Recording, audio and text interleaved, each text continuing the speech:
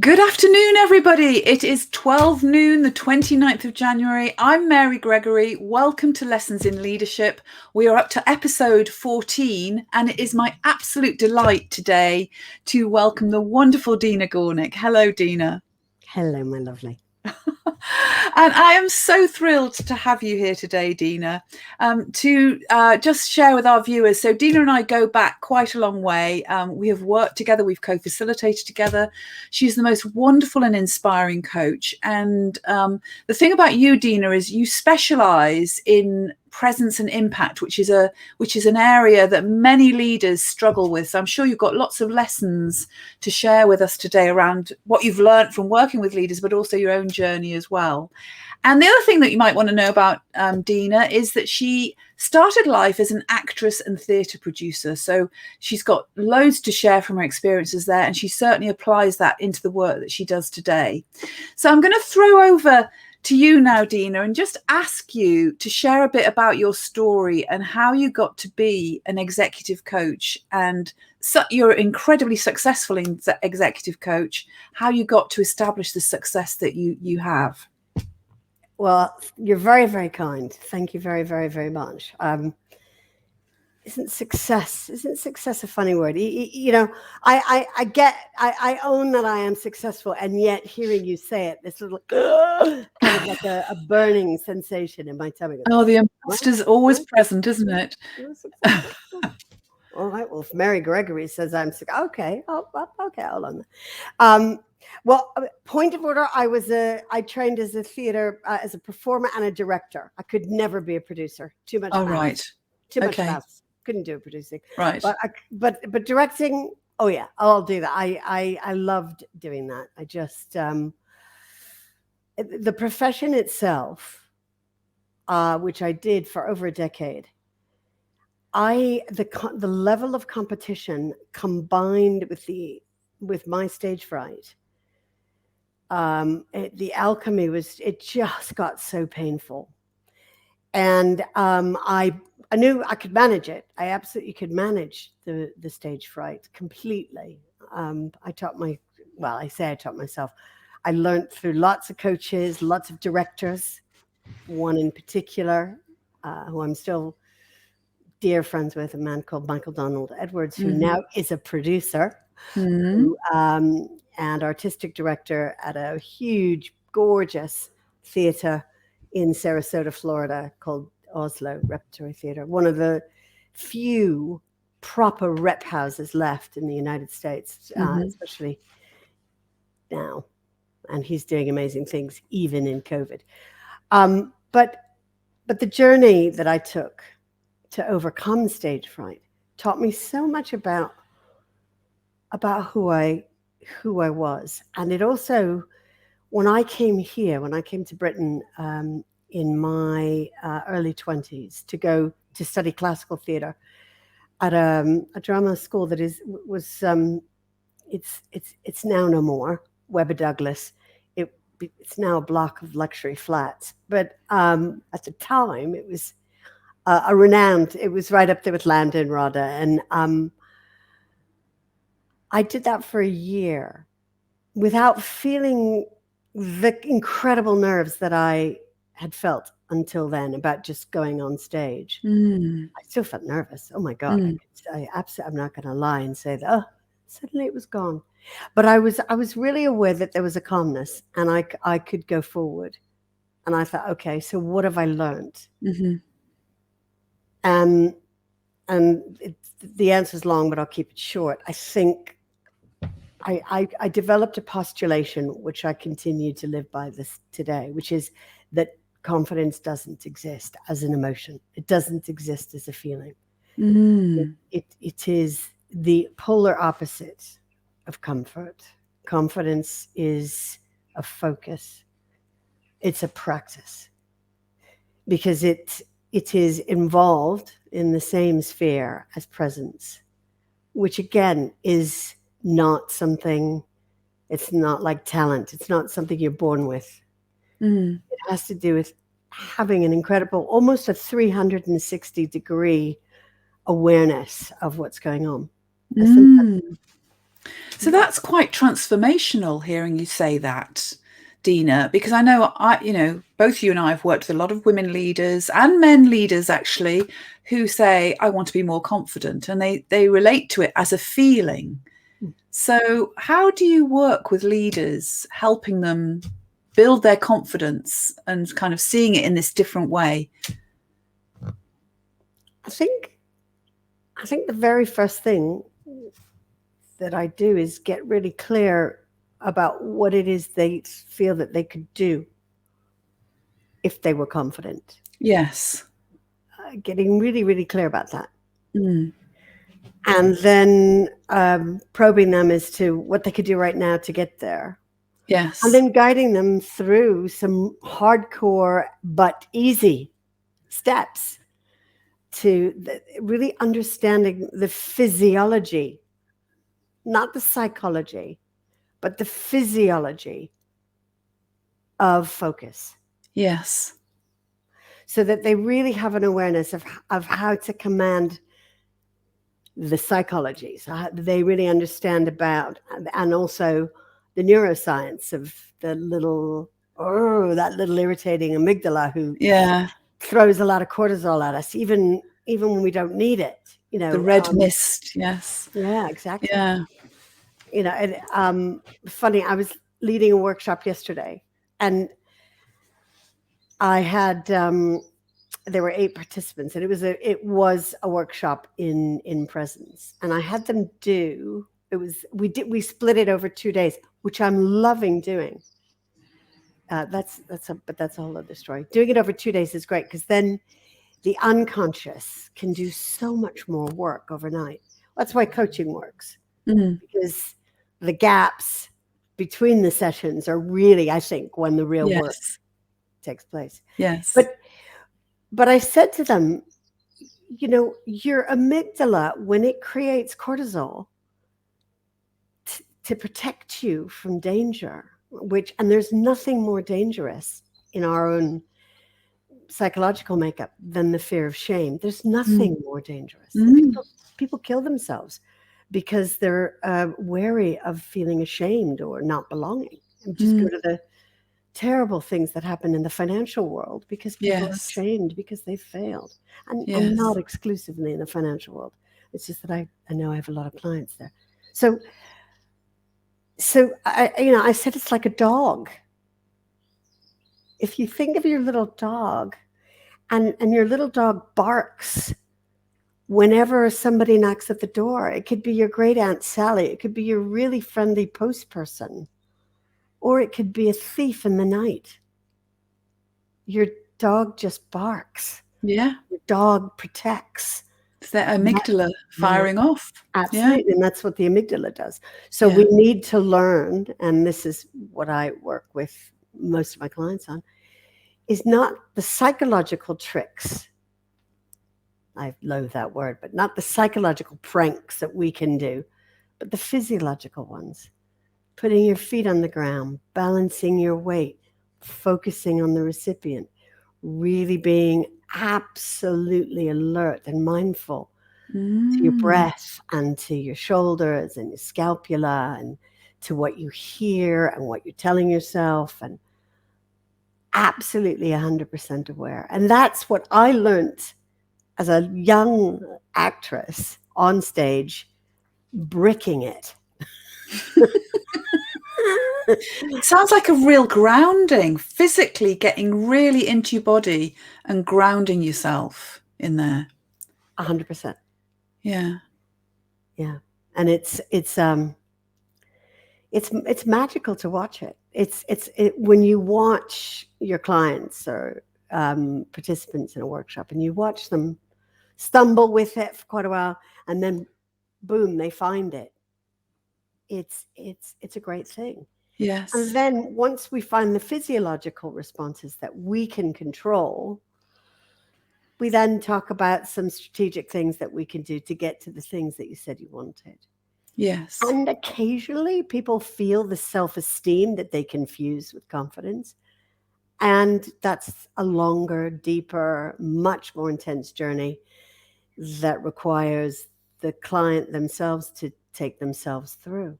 Okay. So say a bit more about the difference as you see it between self-esteem and confidence, because I think that you're right. Often the two get very muddled up and confused. So how would you say self-esteem differs to confidence? Well, I think they're worlds apart. I think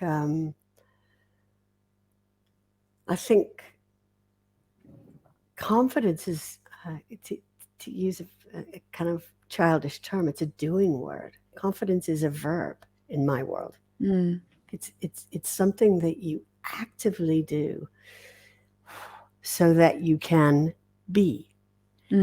Whereas self-esteem is very much about absolutely being, feeling, going through a huge psychological journey. I wonder, I don't know how many successful people feel self-esteem, but I certainly see that they do confidence. They have the presence of mind when they choose to focus on the recipient of their communication, to breathe and calm themselves and ignite courage, which again is a very different thing. Courage is the willingness to be afraid in order to go boldly where it is that you need to go. Yes, taking your fear. Take your fear with you. Yeah. Yeah. Whereas self-esteem is there is, of course, in self-esteem an acceptance of fear, but I think it's also having that delicious taste of doing something with utter competence and cogent level of skill. Yes. And an awareness of the skill that you have. Yes. And it flows, just like confidence flows, but I think it flows much more than confidence. And there's something there about, we talk about when we're in the flow, we're at our best. So that would suggest to me that when we're in flow, our self-esteem is higher than when we're not in flow. Yes. I'm playing with that. Yeah. No, I'm sitting there with you playing. Yes, that's probably true, actually. Yeah. But I think it probably happens on an absolutely unconscious level. You're just, yes. Because you're so obsessed with what it is that you're doing, and it's providing you so much joy. Yes. You know. Yes. Yeah. Yes. And I'm just thinking, I'm thinking of my own experience that, so I love coaching. It is wonderful to be with a client and to be in that flow situation. And I think I feel confident and my self-esteem is high in that situation. And then there's the contrast of technology where I kind of shrink back from the whole advent of it, and oh gosh, how do I post this onto Instagram and all that sort of stuff, because I can feel my self-esteem shrinking actually in those places. So I think there is some sort of it's about a congruence, isn't it? It's what your strengths are, what you're born to do, what you're naturally talented at, versus this is, I'm a technological immigrant, it's new to me, a lot of this stuff. And now my daughter's left home. I haven't got my guru to help me with it. So yes. Yeah. So that's fascinating. So yeah. I was just going to say, and you can have an inordinate amount of confidence and no self-esteem. Yes. So how would that show up from your perspective, Deena? Go to any theater anywhere in the world and talk to any actor. Right. Go, it's very hard to have self-esteem when you are standing on a rocky kind of career. Go to any leader who is leading a multinational corporation during a pandemic and ask them confidentially how great they feel they're doing at the moment. Yeah. But watch her stand up in front of her team and share her vision, where every single one of those people in that room or on that Zoom call feel like they're being spoken to personally, and they all have a visceral experience of this great leader's vision. Yes. And also of her humility. Yes. Now, then take her aside and say, how was that? And she'll go, oh, I don't know.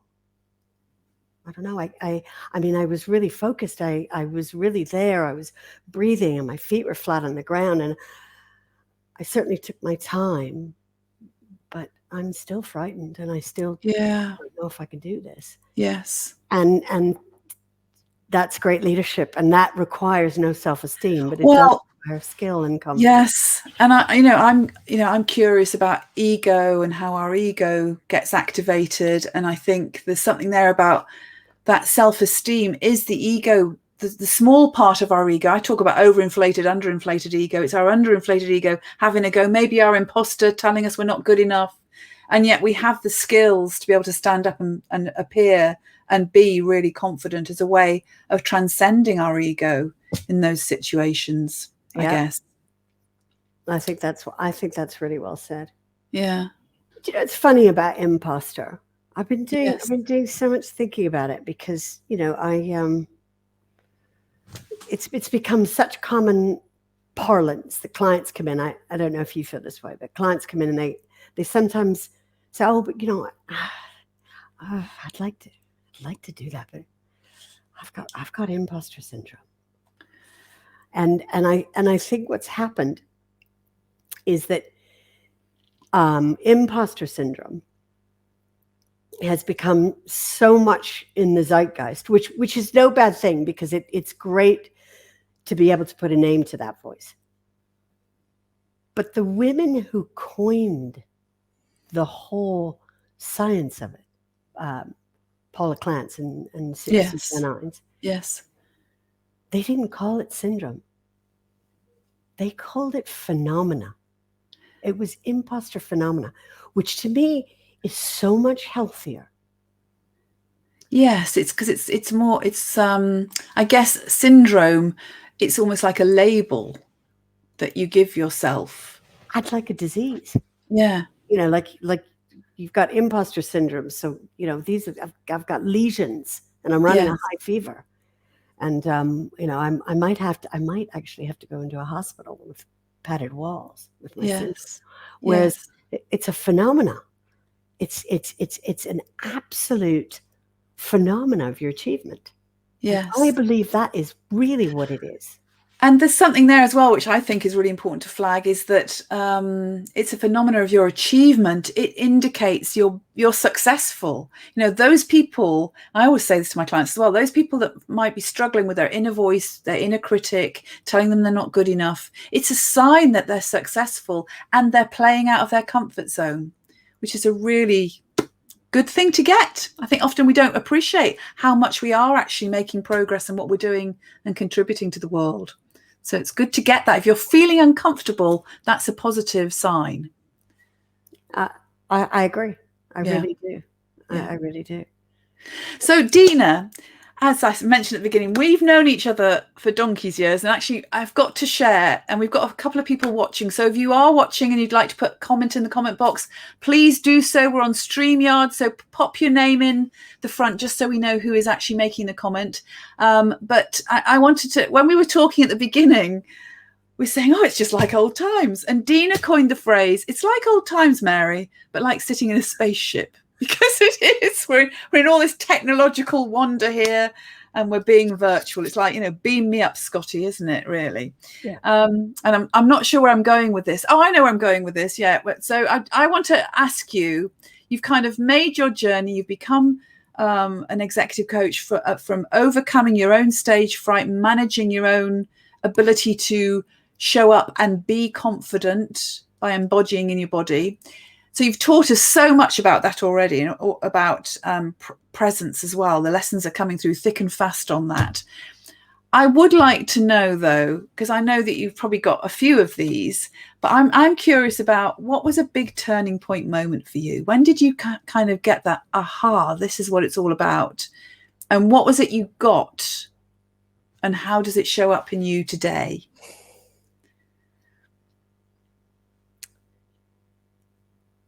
I think there was I was talking about this with Zara Bryson, who has a great podcast called Who's Next? Who's Next podcast, which promotes women. It's great. It's really Who's Next podcast. Very cool thing to listen to. I shall look that one up. And she had me on her podcast and asked me a very similar question, which put me into a very similar state that I'm in now, which is going back and really wanting to kind of pinpoint the turning point. As an actor, I was pretty good. I think I'm a better coach than I was an actor, and I'm certainly a happier coach than I was. One of my biggest journeys when I was a performer was working towards minimalism. And by that I mean underacting.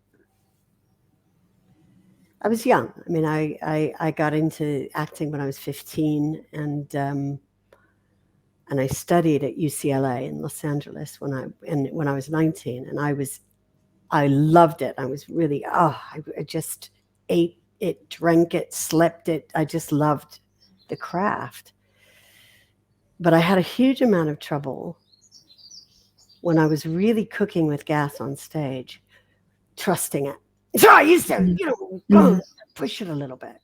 Not quite that bad, but almost. And I had some really, I was blessed with some fantastic directors who really worked with me to learn how to be on stage. Learn how to do nothing in order to really deliver the objectives and the feelings and the emotions that the playwright wanted seen on that stage and the director's vision.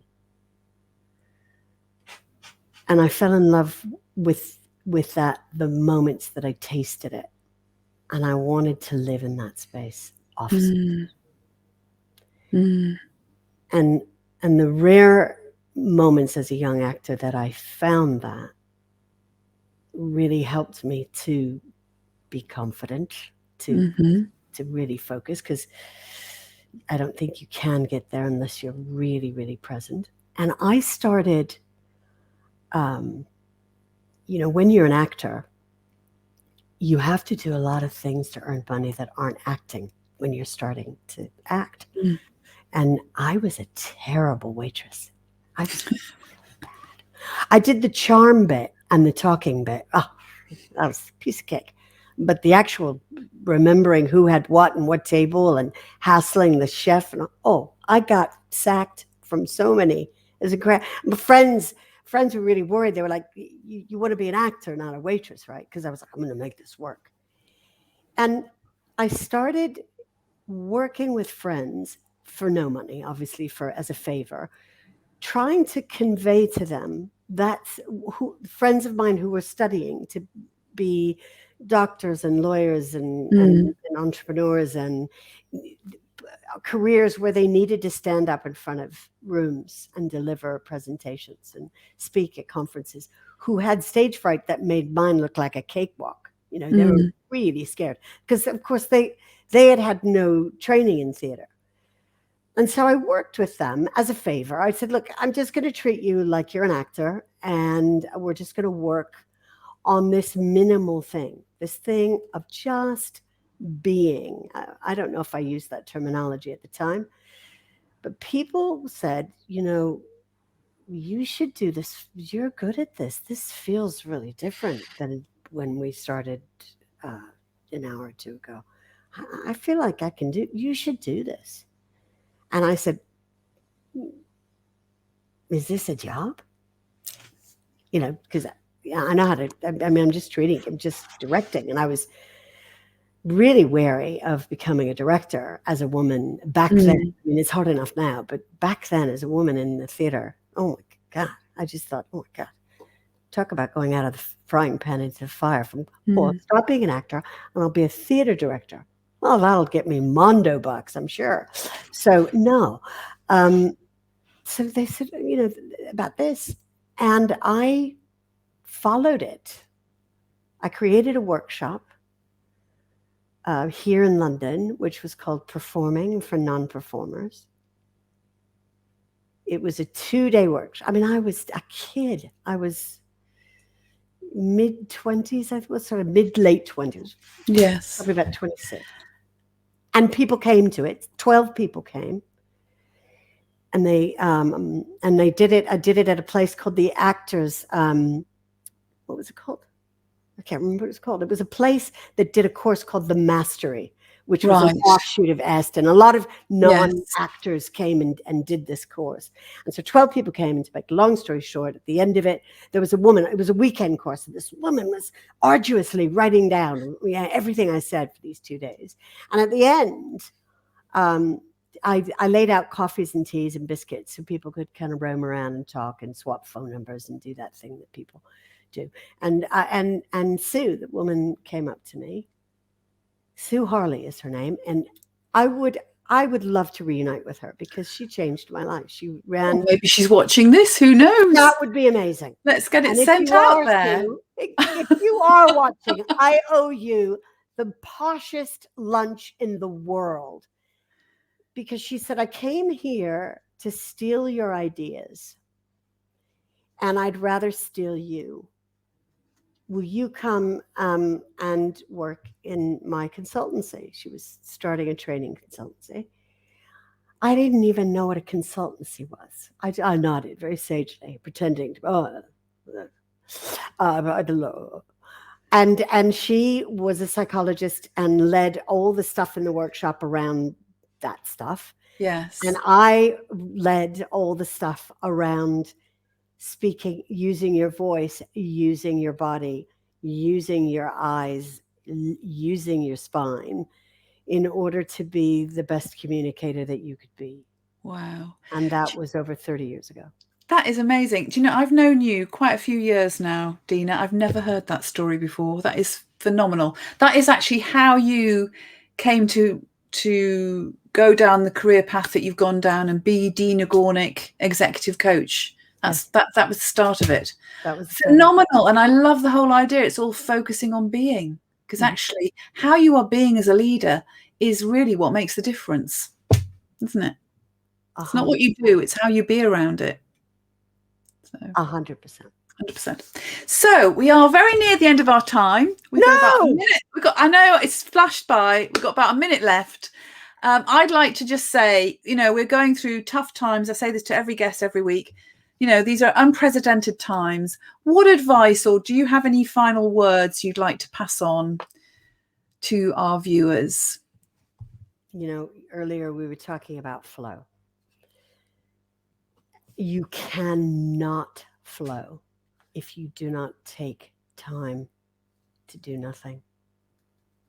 It's not my sentiment. It's been absolutely, scientifically proven. But the good news is you can flow if you do. So if you do nothing, you can flow, but you can't flow if you don't do nothing. That is a great way to end today. And also I'm going to pounce on the link, because I want to say big thank you to you, Deena. Fantastic to hear your story and all your lessons in leadership and the wisdom that you've passed on to us today. And next week, everybody, talking about doing nothing, we have a young psychologist joining us, TJ Power. I think he's about the same age as my daughter. So it's a real multi-generational session next week. But he focuses on meditation and bringing meditation and mindfulness into the corporate world. So wonderful, wonderful guest next week. And so segues into what you've just shared with us. It's about practicing being and being still and doing nothing in order to be our best selves. So fantastic.